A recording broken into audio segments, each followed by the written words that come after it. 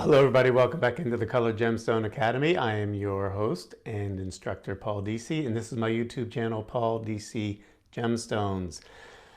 Well, this is going to be another in my Q&A series, questions and answers, actually comments, questions and answers. So keep those questions and comments coming, even if you're doing them to correct me. Now, if you have not yet subscribed to this channel, please do so. I know the word subscribe sounds scary, but it doesn't cost anything. It's completely free, but it does help me out a great deal. All right, now this will be episode 13 of the question and answer series. So let's get right to it. You'll see me looking down because I'm reading the questions. Okay, the first question is from Staple Van Steenen, or Steenen, not sure how to pronounce it. I hope I didn't butcher that for you. He must be a relatively new subscriber because I haven't seen his name before. But he was watching episode 3, which is the history of gemstones. And he says, well, when you were talking about diamonds, you must have meant 3.5 billion years of age rather than 35 billion years of age as far as the diamonds. Because after all, the Earth is only 45 billion years. 4.5. I did it again. 4.5 billion years old. So, of course, you are correct. I was completely incorrect, and that episode was a long time ago. I don't know what was going through my head. I probably just read the 35 instead of 3.5. But anyway, you're correct. The age of diamonds is approximately 3.5 billion years old. Okay, now to question number 2, and this comes from Tommy L. Tommy Lynch, I guess I can say his last name. Anyway, he has asked many very, very good questions over the last couple of weeks and months, and this is no exception. He was watching episode 56, which was last Saturday's Kunzite versus Morganite episode. And he asks a great question. He says, any word, any news on what's happening with the gem shows for next year? And it is a great question. It's kind of ironic. I was driving around yesterday and my phone rings in my car, and it was Ernie Montoya, and he happened to be calling me from the Tucson Gem Show, which is at a different time than it normally is. Now, some of the shows in Tucson were canceled. AGTA and JCK, those shows did not take place in Tucson this year. But going on right now, as a matter of fact, is the Jog Show, one of my favorite shows to visit. So if you're in the area of Tucson, Arizona, you might want to visit that one. Also, 22nd Street, which is right south of Speedway, they have a lot of smaller shows there that you don't even need credentials necessarily to visit some segments of that show. And the Holodome Show was open this year. But when I spoke to Ernie Montoya yesterday, I got some very encouraging news from him. He said the show was surprisingly busy. He's done very, very well with his turquoise. The Chinese and the Indian buyers weren't showing up en masse like they normally do, but he said he had a lot from other foreign countries that were paying cash, and turquoise is doing very, very well. So Tommy, I thought you'd be pleased to hear that one. All right, so our next question comes from one of our relatively new subscribers. He's an aspiring gemologist. His name is Sarma. L is his initial for his last name. And he's asked some great questions over the past couple weeks, and this is no exception, but it's going to be another long-winded answer from Paul. So I apologize in advance. He asks, and he was watching episode 11 in the Q&A series.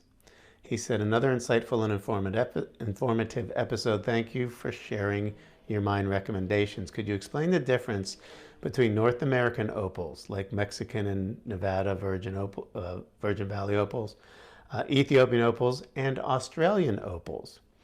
As I said, it's another great question. It would probably take me months to go in great detail all of those different opals from around the world. So that's kind of a loaded question, but I'm going to give you a short version for you and those that might have the same questions. What's the difference between those opals? So let's start with the basics. The first thing you need to know about opals are an amorphous stone, an amorphous gem. What does it mean? It doesn't have a shape. It doesn't have a crystal structure. It's more like amorphous. You think of a blob. But it's an amorphous stone, and it's also a hydrous. So they call this an amorphous hydrated silica. Amorphous, as I said, doesn't have the crystal structure. Hydrated means there's water content. Every opal has a little bit of water content in it, and that's why they call it a hydrated silicate. Now, here's the other thing that you need to know, and these are just the Opal 101 things I'm talking about. There's precious opal, and this will be an example. These are actually my cufflinks, and that's an example. Well, they're cufflinks. I should probably show you both of them. But that is an opal that has play of color. If an opal has play of color, it's considered to be a precious opal. If it has no play of color, it's considered to be called common opal. And this is a piece of common opal that I picked up when I was in Australia. And this is what the miners are looking for as an indicator. This is what they called potch, which is common opal, because it didn't have time to fully form into a place where it would show a play of color. But it's still a good indicator on where you're going to find. So basically we have an amorphous hydrated silica. We have either a common or a precious opal. Now, not all common opal is going to be worthless either. Like this is pretty much worthless. But there's other areas where you find common opal that is actually pretty to wear. But let me go through the history right now. For about the last 100 years or so, Australian opal, what I showed you in my cufflinks, probably produced, conservatively saying, 95% of the precious opal in the world. And before that, actually, a lot of the opals were coming out of Europe. But when the opals were discovered in Australia, it was a game changer. And it was, again, about 95% of the world's precious opal. Now, it's in very, very harsh conditions where this is mined, in places like Coober Pedy, places like Lamina Station. In some of these places, the driest part of the driest state of the driest continent on Earth. But you're looking for that flash, that play of color. Well, that all changed in about 2008 when precious opal was found in great quantities in Ethiopia. That's when opal was discovered. Now, there were some earlier discoveries of opal in Ethiopia. In fact, this was before the 2008. This is something I bought at a gem show. You can see it's a beautiful, like really kind of black or brown body color opal with an amazing play of color.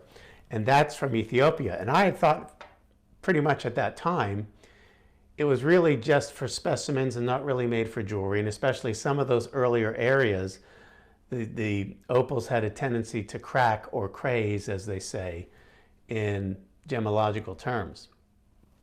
Well, that all changed when they made that discovery in Wenotena, and that is where the Welo, as they call them, opals, were discovered. So I have a couple of examples of that Welo opals, and I remember when I first discovered it. Actually, it was a friend of mine in the Australian opal mines is named Peter Vida. He had a protege that he had trained on opals. And we were at, and I think it was the Las Vegas show at JCK, I forget what year it was. He showed me this beautiful opal that he said, "Where do you think this comes from?" I said, "Well, is it Coober Pedy? No. Is it Lamina Station? No. Is it meant to be? No." I said, "Well, where do they come from?" He said, "These are Ethiopian opals." And he handed them to me. They were beautiful. And I said, "I didn't know that they had opals like this. I thought it was difficult to work with and difficult to cut."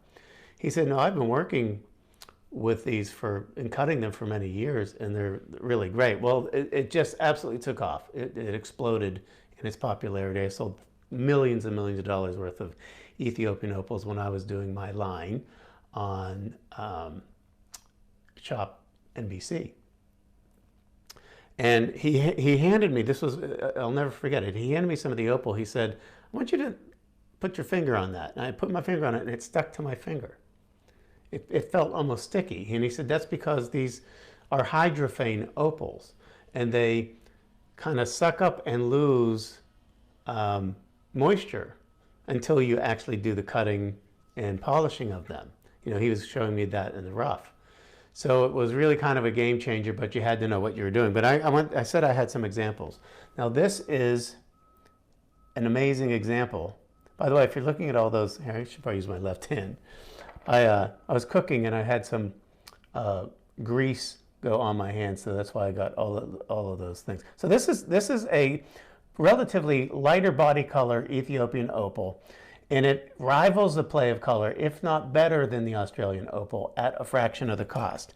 And here's one with a little bit of a darker body color, and that's why it looks almost like yellow. One of the biggest differences, Sarma, that I find between Ethiopian and Australian opals is not just the price.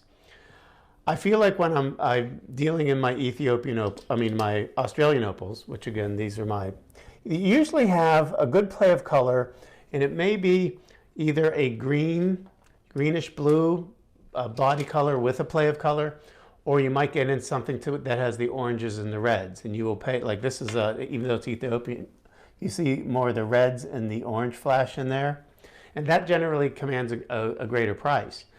What I found with the Ethiopian opal, at least as someone who sells them on TV, it was much easier to photograph. A lot of times with the Australian opals, you felt like you had to somehow shade so the audience could see that play of color, and it always looks better in person than it does on camera. Or I think that for some reason, and I don't know the reason for that, it photographs better the Ethiopian opal for TV screens and for shooting still pictures. Another difference is the elevation at which they are mined, and the elevation of the Ethiopian opals is like 10,000 feet above sea level in the mountainous regions of Ethiopia, whereas there's a lot closer to sea level where the Australian opals happen to be mined. And that's really the difference between that, the Ethiopian opals, and the Australian. But you also asked about others, and I'm going to get to that next. Okay, so you asked about North American opals, which you talked about Mexican fire opal, and you mentioned some of the Virgin Valley opal. Let me get to those next. Let's first start with the Mexican opals. Now, Mexican opals have a different look altogether, most of them. Most of them aren't precious opal, although some of them might be, where they will actually show a play of color. But for the most part, the appearance for those is more of an orange or a red or a cherry. Almost looks like a crystal gemstone like you see with a garnet or with a citrine or an amethyst. And it's just the way they form, where it's very, very clean, very, very clear. And most of the times your Mexican opals are actually faceted. Now, even though sometimes you can see faceted Ethiopian opal, or sometimes you can see faceted Australian opal, it's not the norm, because what you're looking for is that play of color, that flash. Whereas with the Mexican fire opals, you're looking for grading it almost like you would a sapphire or a ruby. It's going to be evaluated on its color, on its clarity, and that's why those are faceted, because most of those gemstones, the facets bring up the life and the fire of the Mexican opal. Now, you may or may not realize similar opals also come from Brazil, and they look very similar to what comes out of Mexico and formed in the same way, where they're really not going to give you that play of color of a precious opal, but more of a color of a common opal. Okay, and before we get to the Virgin Valley opals, which I love, I'll talk about that in a minute. You didn't ask about Peruvian opals. Now remember, I talked to you about the difference between, you know, the play of color in an opal, and of course the common opal, which is called potch in Australia, where it didn't form or it had play of color. There's another common opal that can actually be very beautiful to wear, and there's two varieties that come out of Peru, the Peruvian blue opals and the Peruvian pink opals. And that's the natural body color that they come in. They're more of a translucent. They're not what I would call transparent like a Mexican fire opal can be, But you have the beautiful blue and the Peruvian pink opals. I've had those over the years. Relatively more affordable. They are more of a cabochon. You never see those faceted. So they're more the traditional cabochon shapes, either a round or an oval. And they can be quite pretty. And I said a little bit more affordable, but something worth mentioning in the differences of opals around the world. Okay, so finally, we're going to get to one of my favorite trips that I ever took. And that was to Humboldt County in Nevada, to the Virgin Valley opals. There are a couple of mines that I visited. And I don't have any samples of it now, but I'll show you pictures either from the book or from the internet. It produces some of the finest black opal in the world. I know you think of Lightning Ridge, Australia, of having great black opal.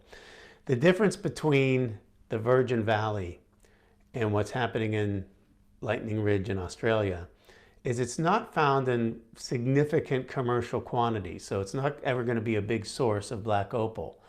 It's more for the collectors that are out there. We went to the Bonanza mine. It was absolutely amazing.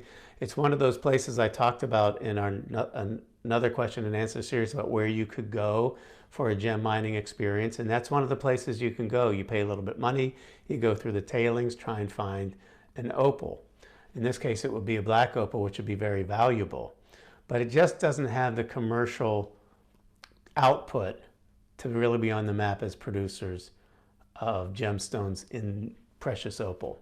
But it really can have some spectacular results. And I'll show you some pictures on your screen, and some of them will be that are in my opal book. Well, that's going to do it for this week's lesson on question and answers. I hope that you enjoyed it. I know I have a lot more to get to, so I'm going to have another opal question in next week's. I'm going to have some more comments on next week's. So bear with me. I don't want to do too long of a lesson each time. Remember, if you've not yet, hit that subscribe button. Just click on the word subscribe and you'll be subscribed to the channel. It doesn't cost you anything and it allows me to keep doing these videos for you, and I love doing them for you. So thank you so much. I'll see you all next week. Thank you for watching.